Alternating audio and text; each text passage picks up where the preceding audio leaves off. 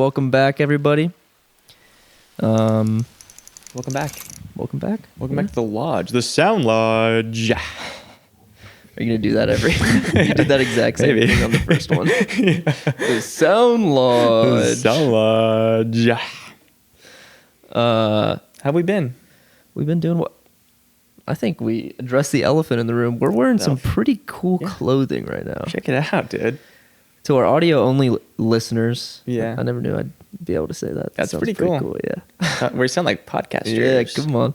To our audio-only listeners, we're wearing some very cool merch. Just think of the Mine coolest is completely merch obscured ever. by the microphone. Yeah. We've got Welcome to Sound Lodge that Felix is wearing. I'm wearing just a Sound Lodge white tee. And you had some qualms with yours. I did. Let's talk about that. Yeah. Yeah, so these are samples. Obviously got to buy them before we ship them out to you. Yours turned out We're gonna great. test them. Yeah.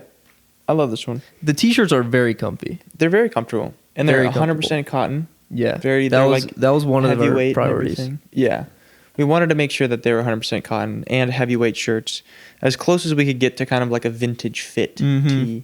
And I think it turned out really good with the black one for sure. But then Yeah, the you black said- one looks like a vintage tee. It does, It yeah. looks thick. It's also comfortable because I know how comfortable mine is. Mhm. They're the same shirts, but mine's white. Mhm. But I did notice this one's like very two-toned. The collar and the trims, they're like... Like it just looks a little thin. Yeah, the inside looks a little thin. It's not see-through, which is a good thing.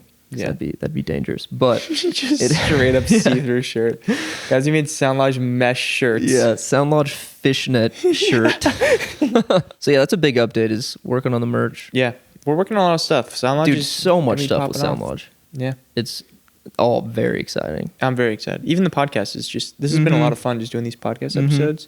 You got nice and comfy cozy over here. Oh yeah, I'm With very the- comfy. Got the blanket on. Very comfy. But yeah, I mean, so we have some more questions from you guys today. Yeah, the Discord is live by the time you're watching this. Mhm. These are still Instagram questions. Yeah, these are questions from the Instagram post that we made from the first episode. But as you said, go to the Discord, ask some more questions. I also noticed we asked a question at the end of last episode, We but did, and we don't have nobody's an seen answer. it. So I think Yeah, we ask another question at the end of this one, Mhm. and then people Respond to both. maybe. Yeah, we respond to both. On Yeah, those. yeah. I like that. Well, you ready for questions? Yeah, kick us off. The first question we got here is from Jared Slade. And he says, what are some things you'd say to your younger self about music with the knowledge that you have right now? It's a very good question. How about you kick us off? I think one of the main things that I would say is to stop trying to copy other people, what other people are doing so early on. Because what I did for a long time was I just made like 500 Nick Mira, Juice WRLD type beats for the longest time. And I didn't really try to develop or change my sound much. It was kind of just me doing what I knew sounded good and worked.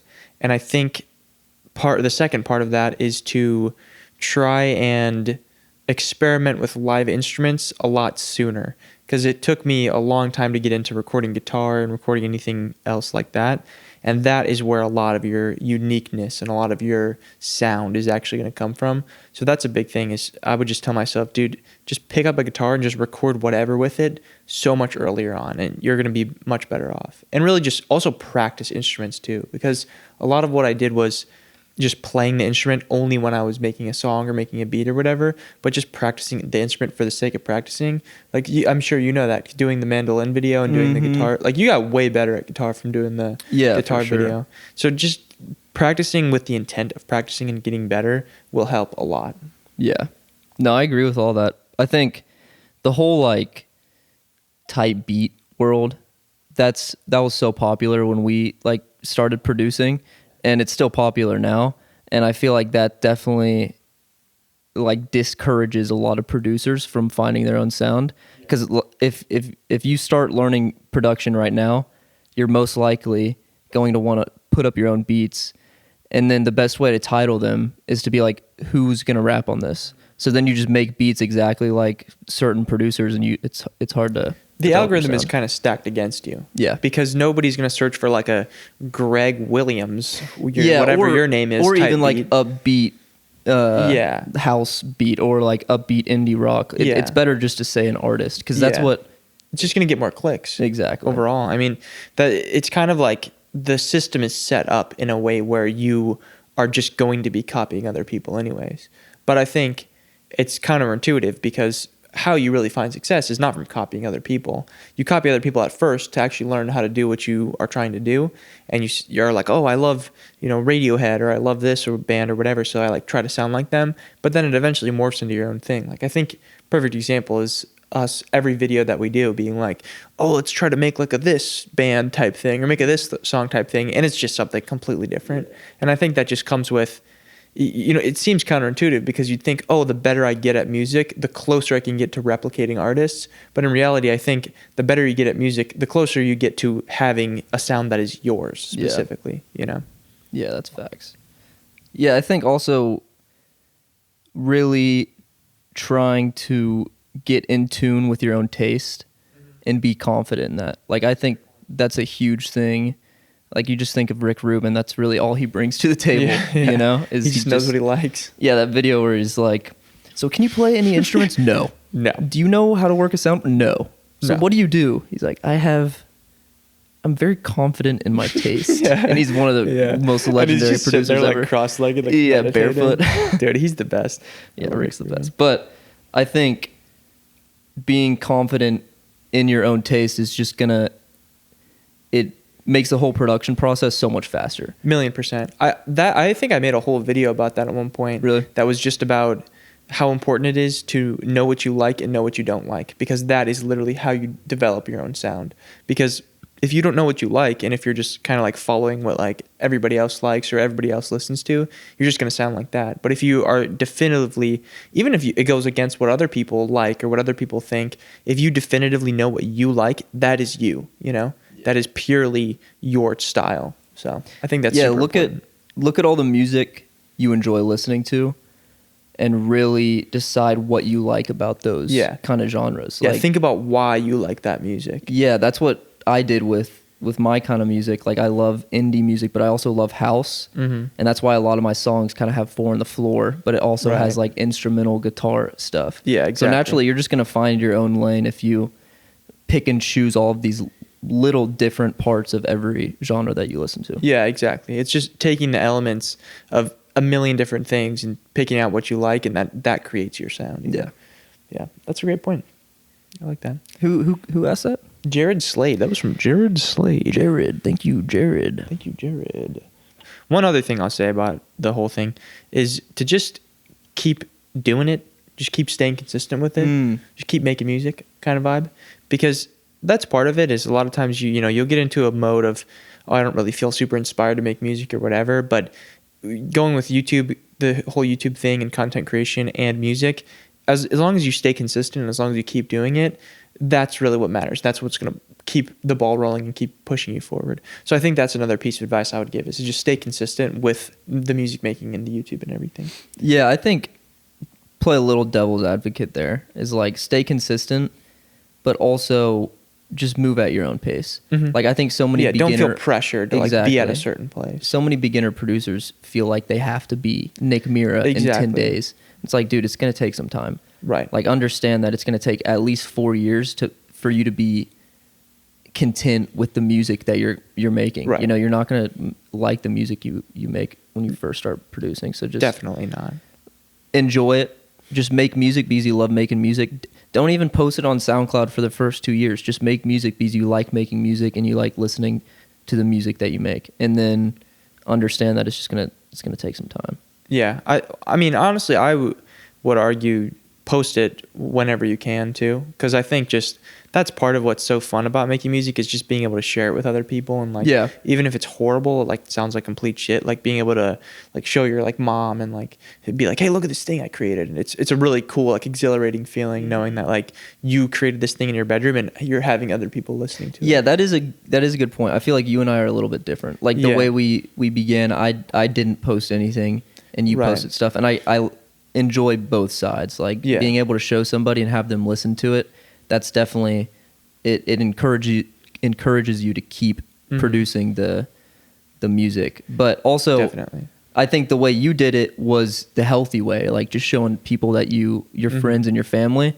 But so many beginner producers and artists, they start making music, and 2 months later they're posting it on TikTok. Yeah. And they're like, check out my new music, and everybody's just Yeah. like, stop making music. You're Yeah. the worst artist ever.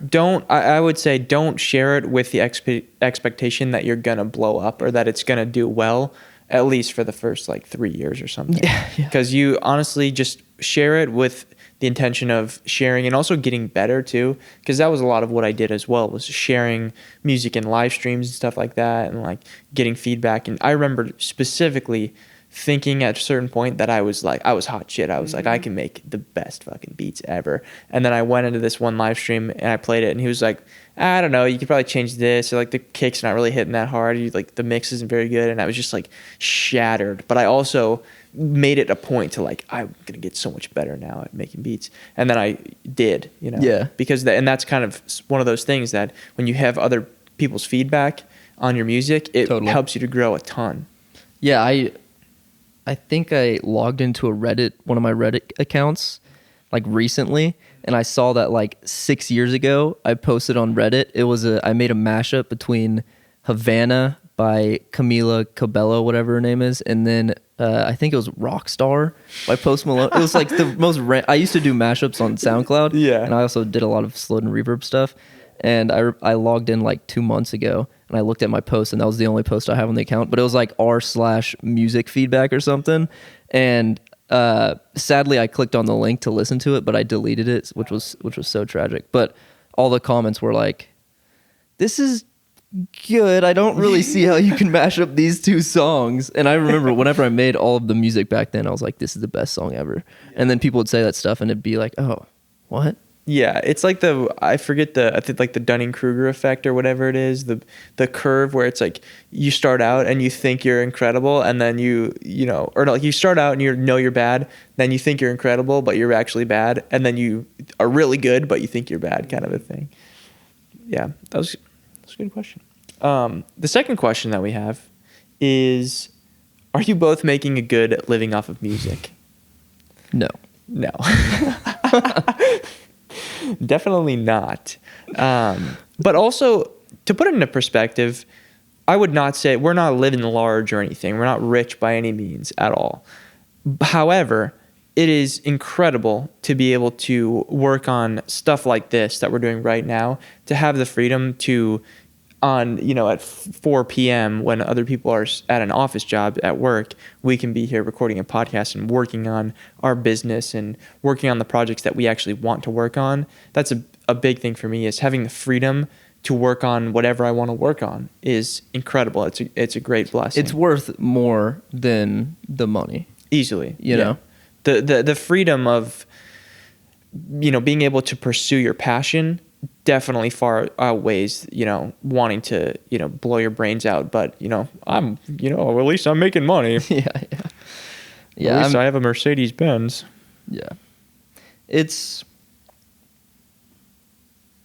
We're not making a lot of money. No, but also it's like the other aspect of that is that we don't have there's no ceiling, And I think partially I'm a big believer of wherever you are in life, you are exactly where you're supposed to be, and you are responsible for every part of your own life. And I think when I think about that from this perspective, it's like we absolutely could have been more diligent with monetizing our YouTube channels and, the entrepreneurial aspect of this whole YouTube thing, because I didn't even start doing like affiliate links or anything like that until a few months ago.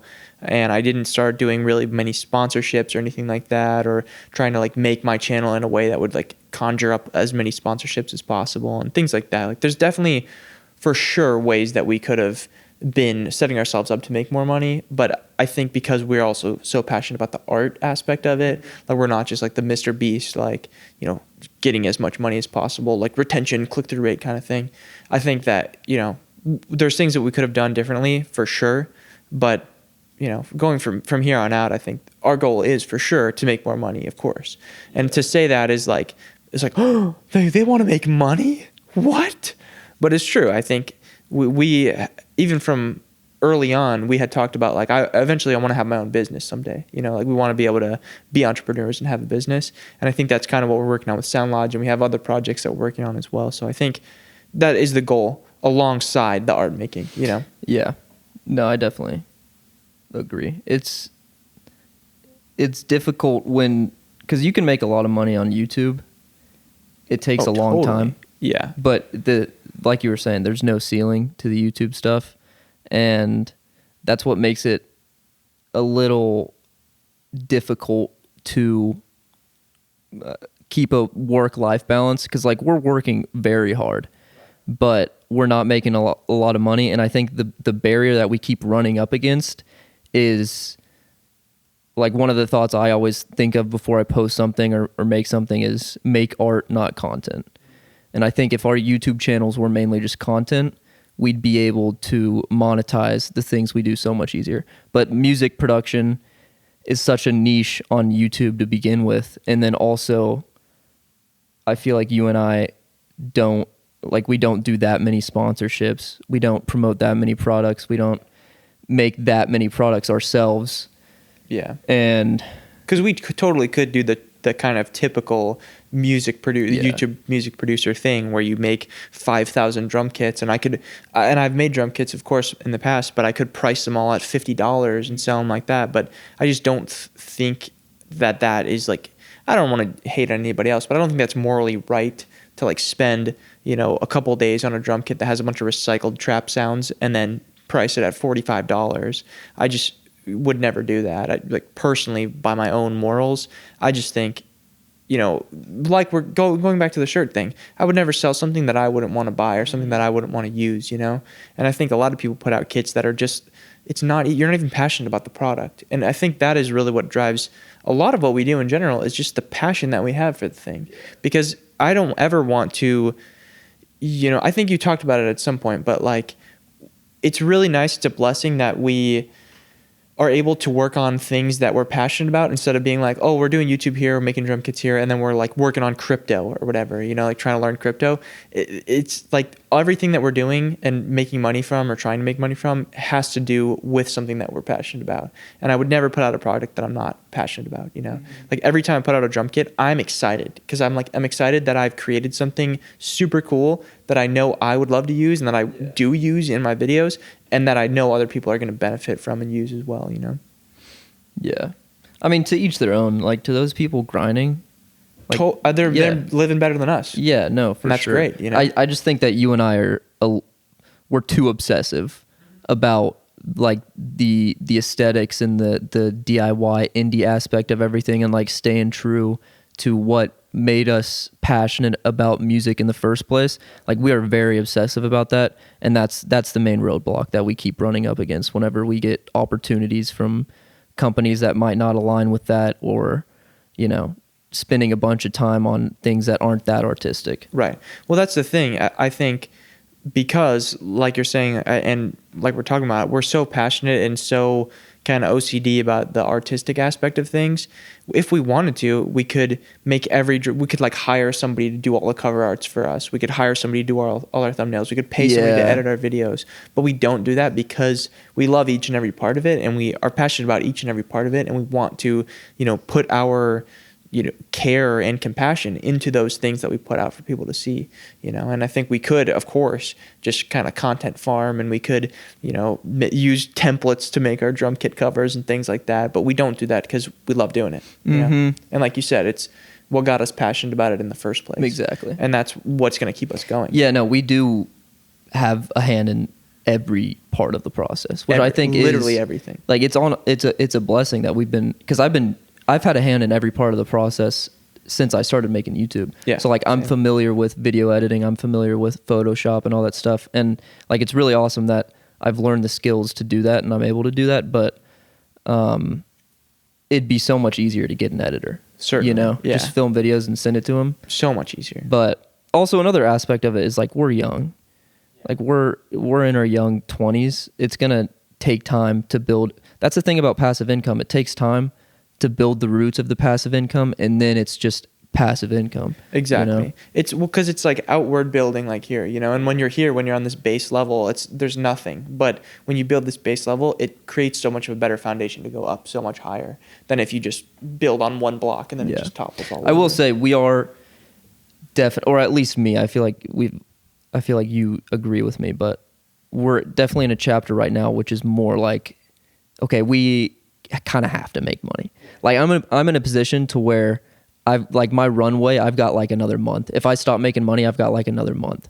Like I need to start making money in order to keep doing what I love doing. Exactly. Yeah, it's kind of like crunch time. It is crunch time right now. Yeah. But it's really cool cuz it has spurred us to make so many cool ideas that aren't just for the money, like really cool ideas that aren't just YouTube videos as well. Like all the ideas with Sound Lodge are really cool ideas, and I'm very excited to start working on them. It's kind of the corny thing of diamonds are made under pressure kind of vibe, because it's super cringe, but it's true. It's like a lot of times you perform best when you have to perform best, and I think that's kind of the situation. And I think also it's like I don't even really feel bad about it, about like being like, oh man, this sucks, like we're not making that much money or not whatever. But because it's just like you said, another chapter. Mm-hmm. It's just another aspect of learning and growing. Well, it's also spurring us to make things that you have to pay for some of the things like the merch, but it's making things that people have wanted for a while. Like people have always wanted for me to make merch. People have always wanted like bigger videos, like the lecture things we're talking about. Like there's so many things that people have wanted, but I've never just been like, I have to do it now. To make them now. Yeah. Yeah, exactly. Yeah, no. And also the thing is, going right back to what we're saying, I'm passionate about every project we're doing still, there's no exception.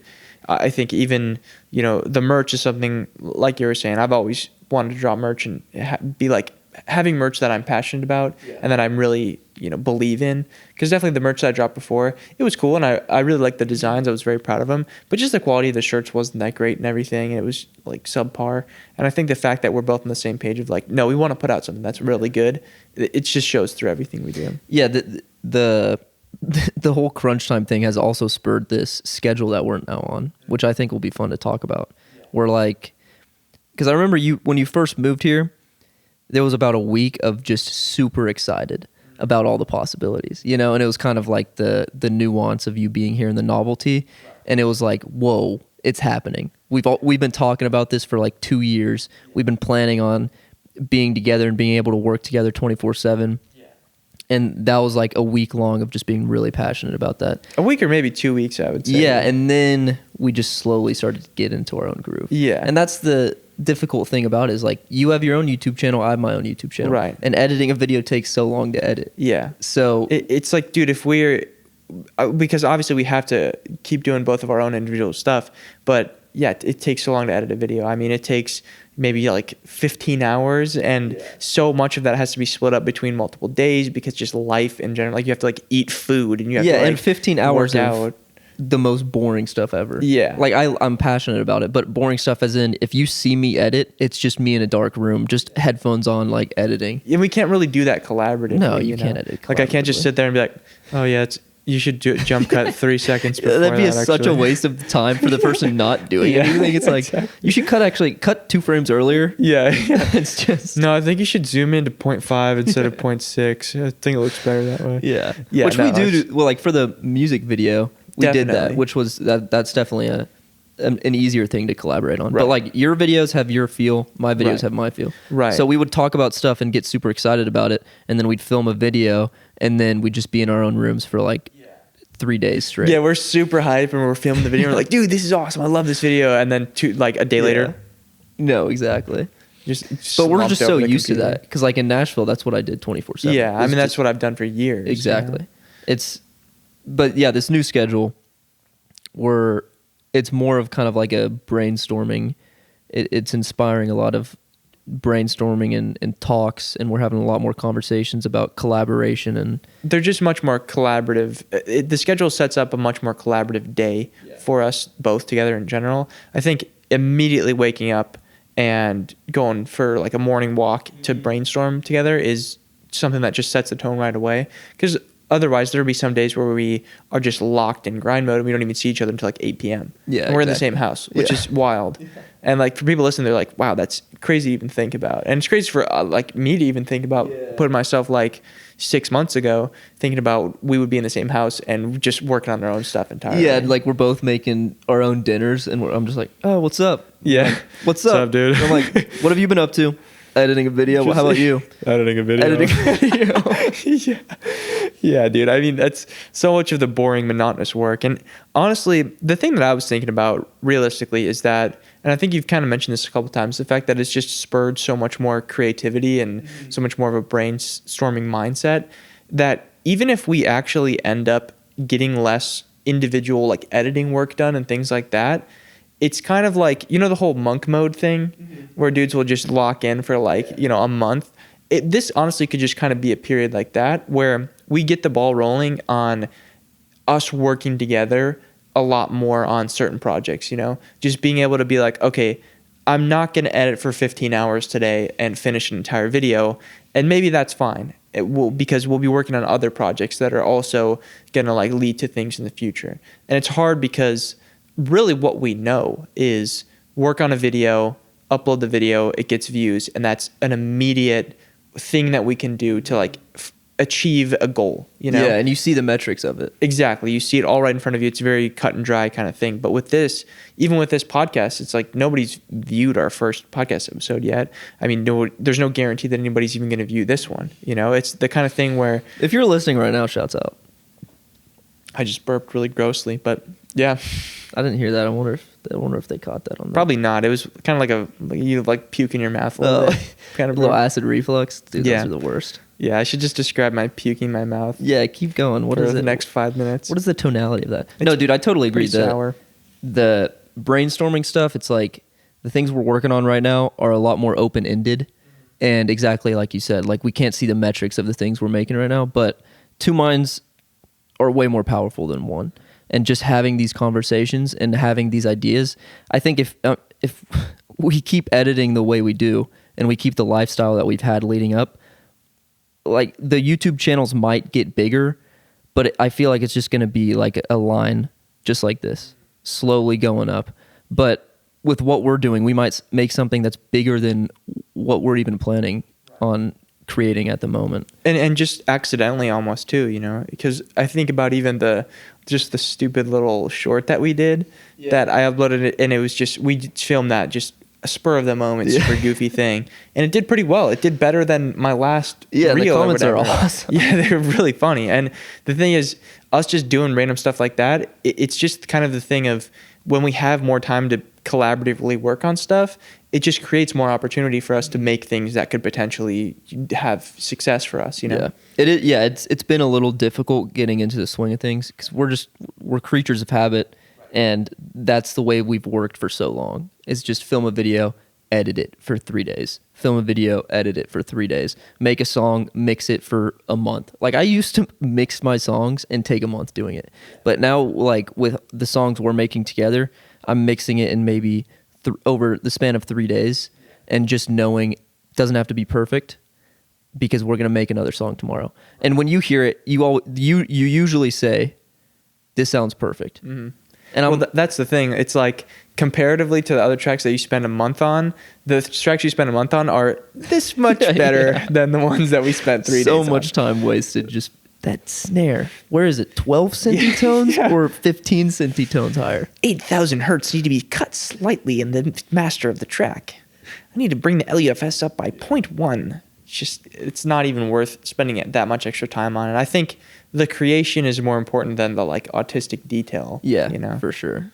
Which we have a lot of that. So it's nice to have somebody else that's just like, dude, get out of your head. Yeah. Just press upload. Exactly. I think the mixing thing is a great analogy to what we're doing too, because with the way I used to mix, it was like so focused, so buried into making these small tweaks and just being in this like exact process. But with this new way that we've been making songs and I'm spending less time mixing, it might not be perfect, but I'm uploading the song knowing that I'm going to make another song. And like what we're doing right now, we're not getting as many videos done because we're not editing for 15 hours in a day, but we're making things that possibly could be bigger than just a YouTube video. Yeah, exactly. And I definitely think it is important for sure for us to be consistent with the YouTube stuff too, and like be able to get in a groove where we are uploading videos frequently, because that is a goal of mine. Like I want to be able to, because I enjoy being able to put out videos like that, and I think I get better at making videos when I do that. And it's just, I do it for the love of YouTube and for the love of making content, making videos. So I think being able to get into a routine like that is very important for me, at least, for sure. But also I definitely am in the mindset of wanting to, or being willing to, take a step back from uploading as frequently in order to have the benefits that being in this period of time is going to give both of us, kind of like a monk mode thing, like maybe the YouTube channel will be seeing less frequent uploads, but all of the other stuff that we're going to be working on is going to benefit so much more. And that's kind of like, that can be how we are for like this period of time. And then, I mean, if we want to go back to editing a bunch, we can totally do that too. It doesn't have to be like we change our entire lives around. And I was even thinking about how different seasons we're going to be doing different things as well. Like during the fall, we're not going to be going and swimming, it's like, it's just, there are different time periods in life in general, Yeah. Yeah, I'm also in just a weird chapter with my YouTube videos. Mm-hmm. Like for the past year, I've just been totally changing up. I've just been so inspired to make more like filmic and just more creative videos, which has destroyed my YouTube channel. Yeah. But I am happy about it because like some of the videos that I post, I'm like, this isn't teaching anybody anything, but it feels so real to my heart. And then I post it and then I get some comments back and they align with it so well. Right. I'm like, okay, this is why I'm doing this at the moment. So I have no clue where my channel is going to go. I might start uploading the tutorials again. I was thinking about making a separate channel, just like making tutorials and not editing them at all. Just like a Zoll teaches kind of thing. And I'm just able to just launch a bunch of videos into the YouTube space. But right, I don't know. That could be cool, definitely. And I think I do love the collaborative videos that we make on my channel. It's like that's a Zoll video just because we're making a song. Every time we do the collab videos where we're like both in the video the whole time, there are great videos. I think there's not one video that we've made where I'm like, I don't really care that much about this. It's like every single one is one of my favorite videos that we've done. Like just because it's so funny.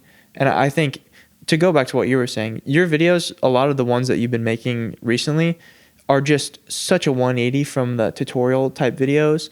But like you said, it's so real. They're such real videos. And yeah, that's true. Like maybe they're not teaching anybody anything or whatever, but people really feel them. They really relate to them in like a different kind of like special way. Even the video, the Keep Going video that you did, that like for me, that was like an emotional watch, seeing that and being like the whole thing you were saying about like you'll be surrounded by like friends and family, and that was like, damn, that like really like it hits, so the fact that you can touch people emotionally is such a more powerful thing, like being able to like make the type of video where somebody's like, dude, this video saved my life, because nobody's gonna say that from like, dude, your how to make a trap beat in FL Studio video saved my life, man. Yeah. No, I mean, the thing is that I still am so passionate about like I've always loved teaching people, and we've talked about this before, like we both just love teaching people. So I am missing that point, that's why I want to make that channel. That's why I want to do the lecture things with Sound Lodge, just getting back into the mood of like just teaching people, because I love teaching people. Yeah, no, I 100% agree with that. I think I'm always going to have a passion for teaching people. Even like I see like people that I went to school with that are like graduating and like becoming teachers in schools, and like they're not even teaching like music stuff. They're like maybe like an English teacher, and I'm like, that would be awesome, being able to actually like inspire like a generation of kids like do music and stuff. It would just be awesome. But yeah, so thank you, Kakum, for asking us if we are making a good living off of music. No, we're not. We're going underboard. We are. Why don't you say underboard? I'm probably gonna have to get a part-time job. We're going overboard. Yeah. Catch me working at a 7-Eleven in about a week. It's not a joke. Question number 3 is, if you had no money at all, are you pirating your DAW? He said FL Studio because I use FL Studio, but Ableton for you. And that was from Pragad Gatani. Pragad, thank you for the question. Pragad Gatani. This is some dark territory right here. This is, some yeah. sketchy territory. I generally never talk about cracked plugins or Yeah, are we getting software. political on this channel? Yeah, we're getting political. Yeah, I usually try to stray away from the topic of cracking and pirating plugins.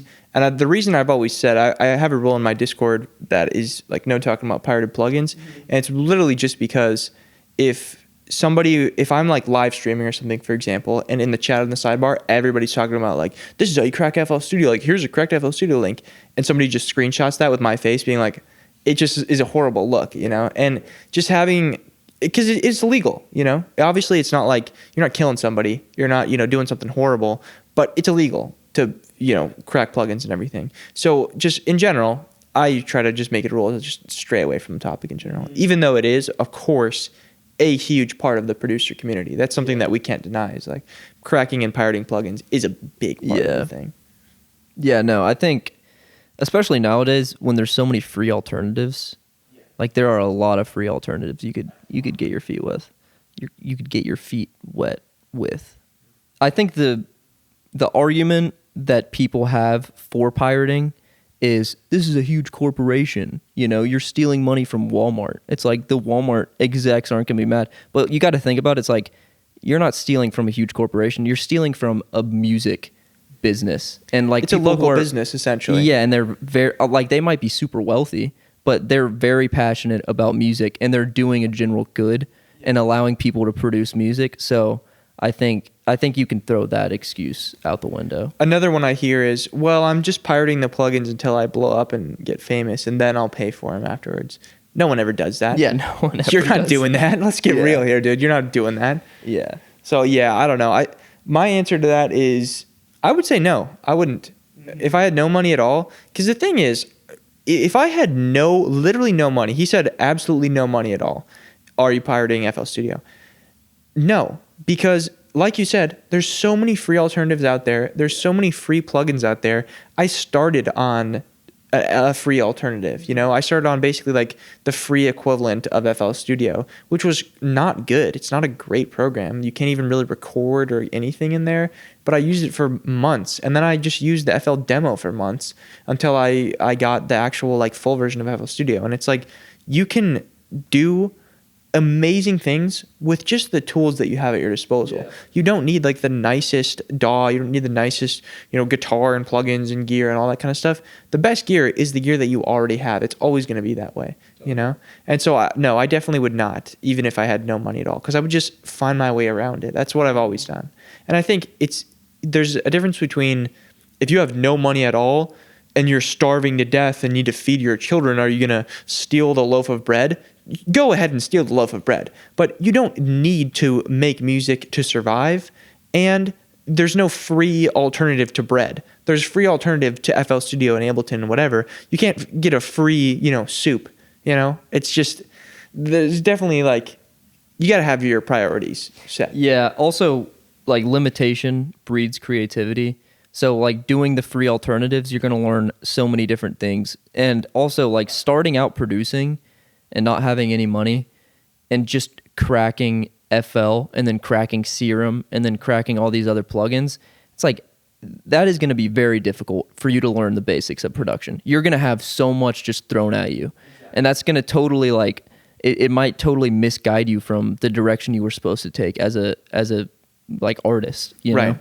And also I think it's kind of like you're giving yourself like the trust fund baby start to music production, You can't just give yourself all of the nice things immediately all at once. It's just not how that works. And if you do, you end up just being spoiled. And then like once your cracked version of Serum stops working because it's horrible, then you're like, oh man, well, what do I use now? And now I have to learn a whole new plugin and blah, blah. And so you end up just like spoiling yourself. Yeah, dude, learn what an ADSR is on a free DAW before you get Serum. Yeah, dude, learn how to use triple oscillator. Like, you don't have to do the whole like, oh man, I need every single plugin possible.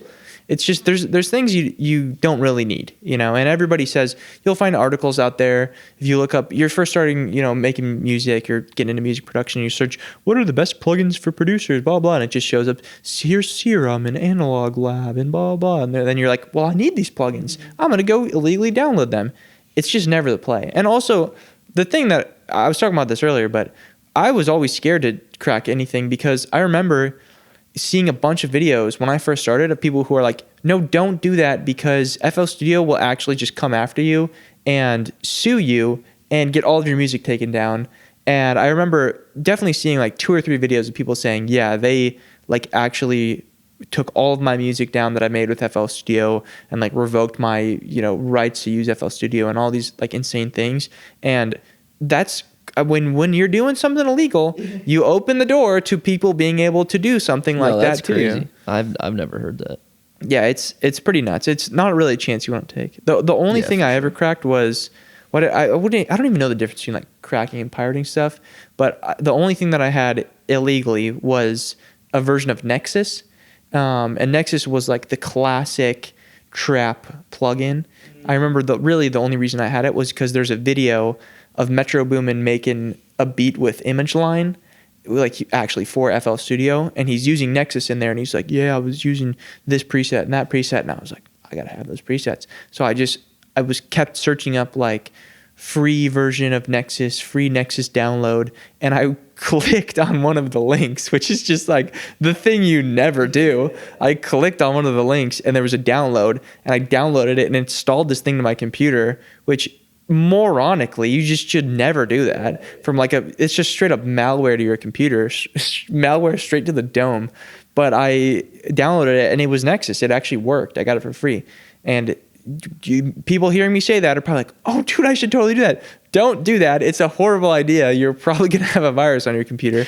Yeah, also like people with fully cracked plugins and DAWs are like making a beat and they're like, why are my fans so loud? What is going on? It's like, dude, the plugins aren't working how they were made to work. Yeah. And also you probably have like just 50 instances of malware that you don't even realize are on your computer. But I just remember that version of Nexus worked so badly. It was just the most jerry-rigged, jankiest thing ever. Like I couldn't even use the scroll wheel on the mouse to scroll through the presets. I had to actually individually click the little scroll thing on the sidebar and like click it and drag it down.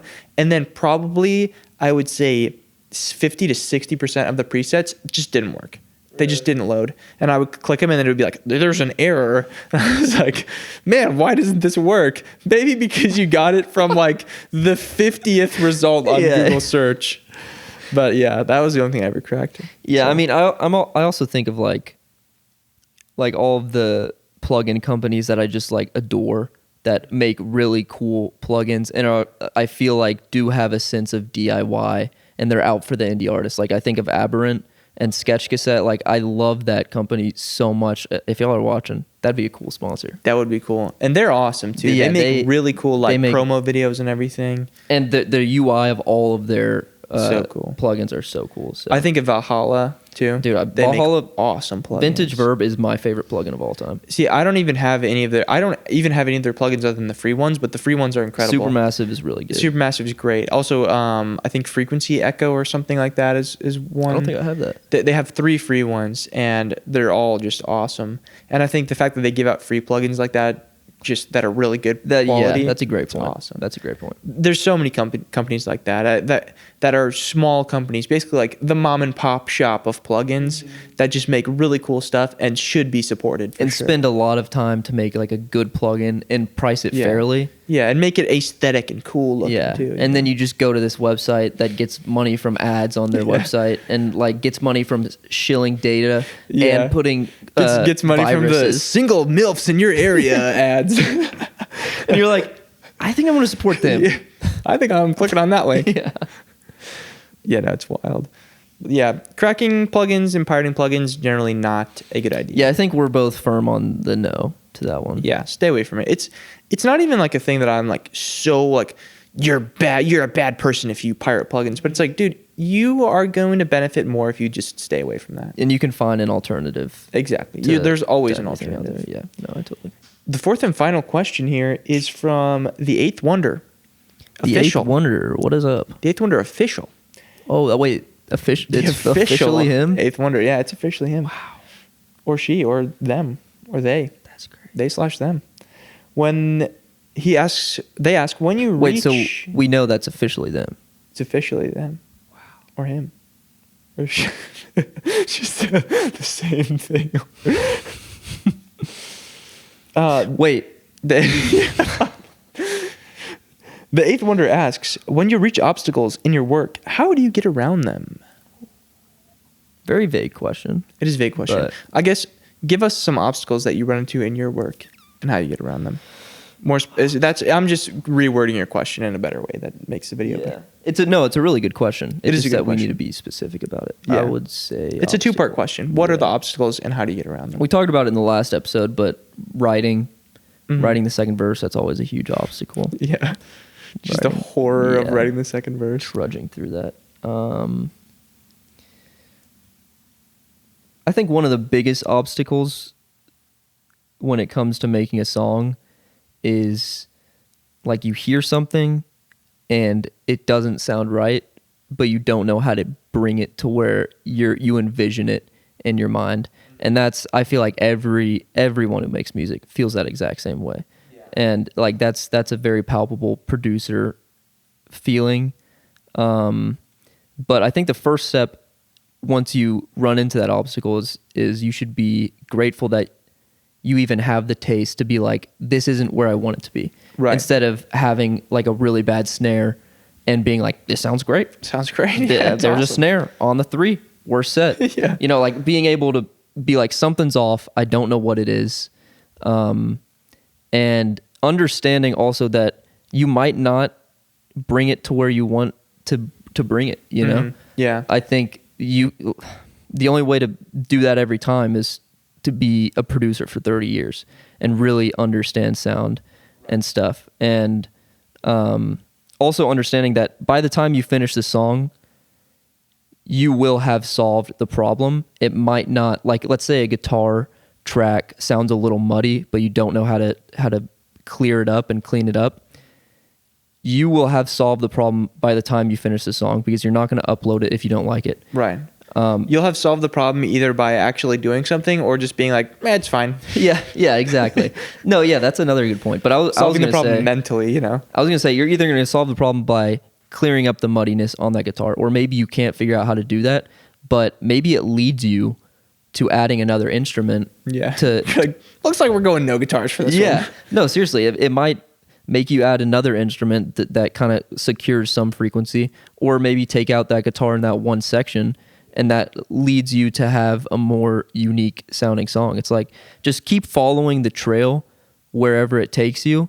And if you run into a roadblock, understand that just splits into like 4 different paths, and you get to choose one, and it's going to end an original song by the time you get to the finish line. Yeah. I think also part of that for me, because I've definitely gotten a lot better at being able to recreate a sound as far as like on drums and everything like that. But it takes so long. If you actually wanted to create a specific sound or like the sound that you're hearing in your head, like for example, the Deftones video that I did, it took me so long and so much actual physical effort to get my drums to sound like Abe Cunningham's drums. I like actually put the drum head on. I cut a porthole in the drum like head. I like looked up the tunings. I was studying his drum kit and like looking at how his muffling was and like everything like that.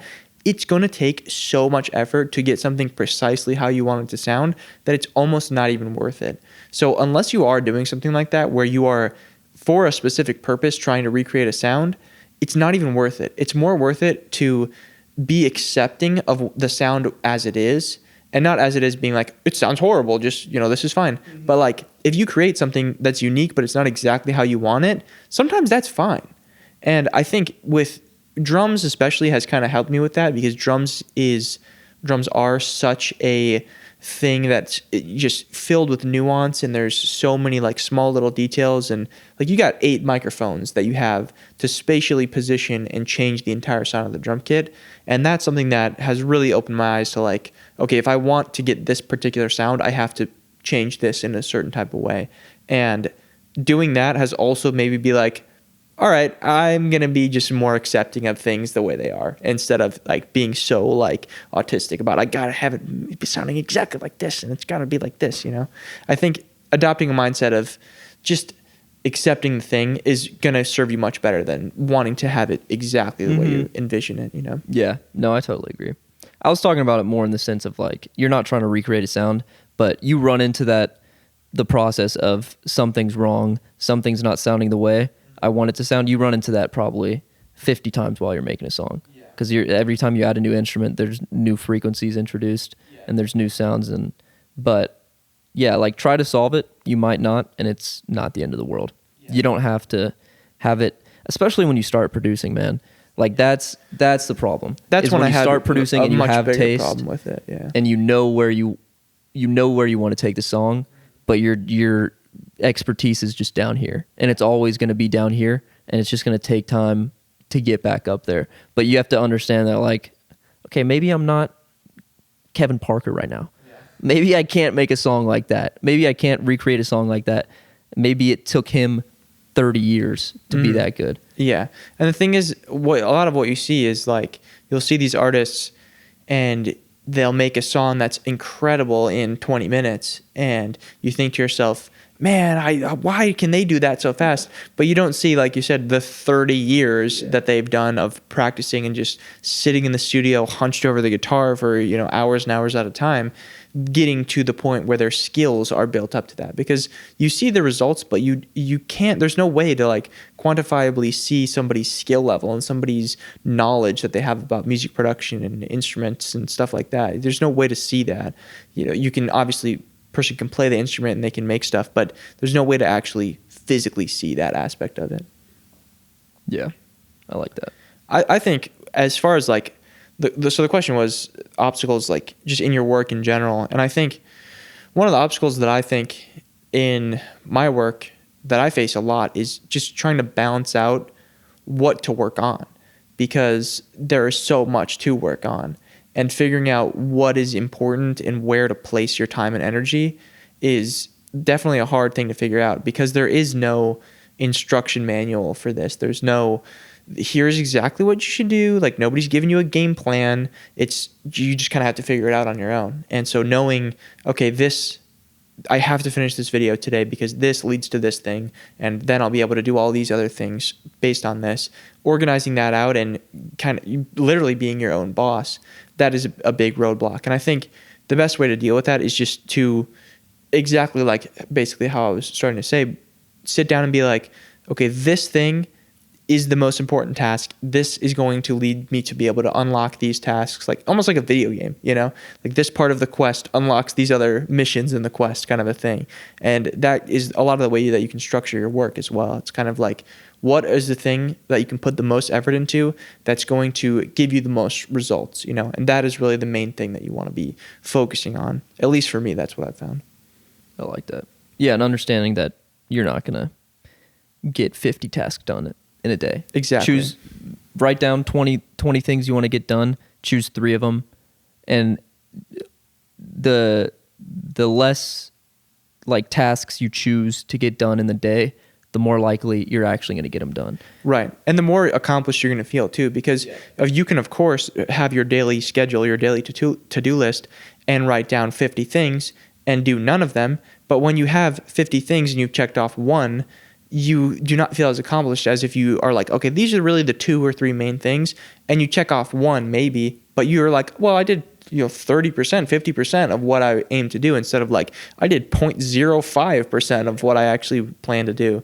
So I think also just knowing, like realistically managing the stuff rather than being like, I'm going to do 50 things today. That's an important part of it too. Yeah, when you have 50 things to get done, it usually results in like your cursor going over Ableton, and you're like, wait, what if I go, let's do Premiere Pro, no Photoshop, and then Google Chrome, YouTube. Yeah. What's going on YouTube today? Yeah, I'm going to open up the latest Mr. Beast video. Yeah. Yeah, that's very true. You kind of get like the paralysis of too many options kind of a thing, where you're just like, oh man, I have so many things to work on today, so I'm going to work on nothing. Yeah, exactly. No, this is a good episode. Almost an hour. Hopefully we answered your questions. I'm really enjoying this podcast. Hopefully y'all are enjoying it as well. Leave the comments, because we'd love to read all yours comments. We'd love to read your comments. Send the comments. But I think this will be the question we're gonna exit on. Okay. And remember, there's a question from last one too. Yeah, that you have to answer. Answer that one as well. All right, this is the question we're gonna sign y'all off with. Took us some time to word it right, but What is your favorite aspect of a song? Okay, we're going to give you two options. Very simple. The first one is vocals, which is going to be the vocal delivery, the singer, the songwriting, the storytelling, all of the above. And then next up is just the instrumental. So the beat, the guitars, the drums, everything packaged into the instrumental. So what do you like more? When you hear a song, do you really just focus on the storytelling and the singer? And what's more important, do you think? Yeah, exactly. Like what's more important and what's more impactful for you, would you say? I think, I'm curious because I know we got a lot of producers listening to this podcast, but I know we also have a lot of artists. Yeah, a lot of songwriters and stuff too. So that'd be cool. We could just do a poll. See who's got the best Let's do a answer. poll. Yeah, we could do a poll. Yeah, because you can do that on Spotify. Yeah, you can. If you're watching on Spotify, vote on the poll and also leave a comment just to explain your answer. Yeah, we'll have a poll and the best explanation. Yeah, exactly. Will get picked for the next episode. Well, episode 2 done. That was it. Have a good rest of your day. Or night. If it's night for you, have a good night as well. Thanks for joining the lodge. Peace out. See you next time.